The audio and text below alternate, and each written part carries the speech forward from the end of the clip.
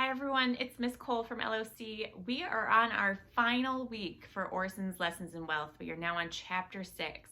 So we're going to wrap up the story, and then at the end of the video I'm going to give you the questions for chapter 5.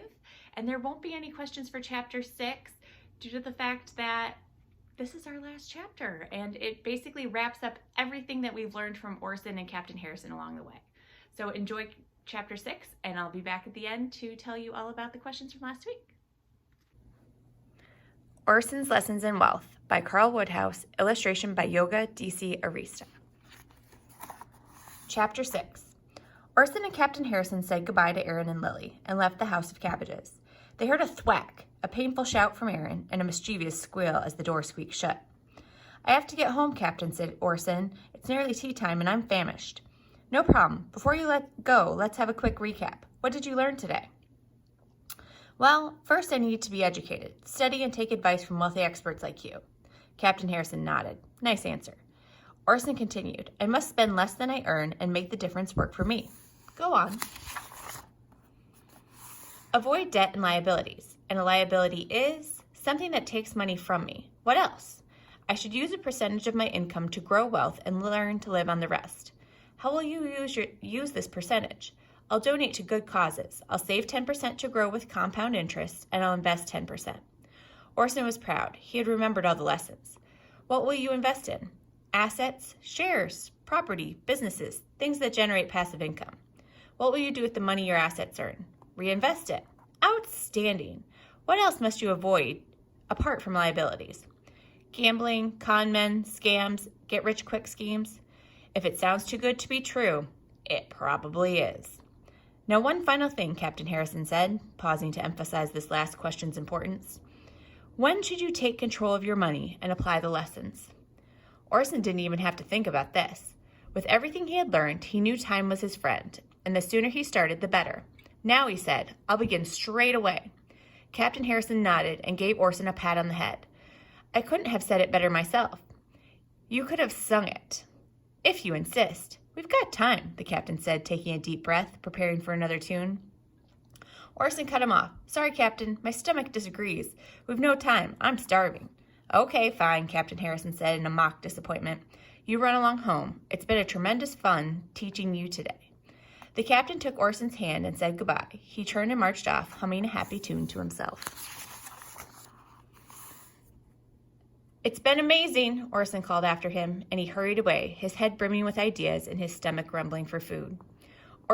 Orson became more excited the closer he got to home. He couldn't wait to share his experience. He burst through the front door and launched into the story of his incredible day. He told his mom all the lessons he had learned. He described the people, the places, and the songs. He even danced like Daisy on his kitchen table, for which he received a mild telling off. His mom listened and asked a few questions and laughed at the singing and the egg puns. When his story ran dry, he slumped into a chair, and hungry and exhausted. "You know, I think we can both learn from this," Orson's mom said. "I will apply the lessons too." She looked delighted, as she now had a clear vision of how they could build a wealthy future. "Brilliant, Mom. We can do it together. But I'm so hungry. What's for dinner?" Orson's mom smiled. "I have cooked us a special treat tonight. Cabbage soup with eggs." The end. I love how they wrap up the story and how Orson goes and tells his mom everything they learned, because even though this is a book geared towards everyone your age, it has a lot of important things that adults can do that they might not already be doing. If they get a paycheck from their employer, they should put 10% of that away without even looking at it. Pretend it's not even there. Just take that money, put it in your savings. And you can do that too. If you babysit, if you do chores for neighbors, take a little bit of the money, put it away, save some for yourself to spend, and then maybe invest in something. There are ways that kids can invest. So have your parents look into it and maybe make it a project that you guys can do together. So our questions from last week were, why did Lily throw cabbages at Orson? And the answer is just, the tourists love it, and why not? The next question is, what did Aaron call his cabbage? And it was the amazing cabbage of destiny. And how did Aaron say you could avoid a jam of losing a lot of money? And the answer is invest more and gamble less. And then question number 4 was fill in the blank. blank the money that you've earned, and it's protect.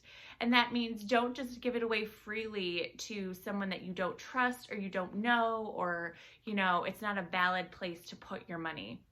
You don't want to just put your money in an online bank that you know nothing about. You want to make sure it's a trusted place. Can you earn interest upon interest? And the answer is yes. If you leave your money in the bank and it earns interest one month, you're going to earn interest on that same money that you earned interest on, plus the interest the next month, to answer those questions.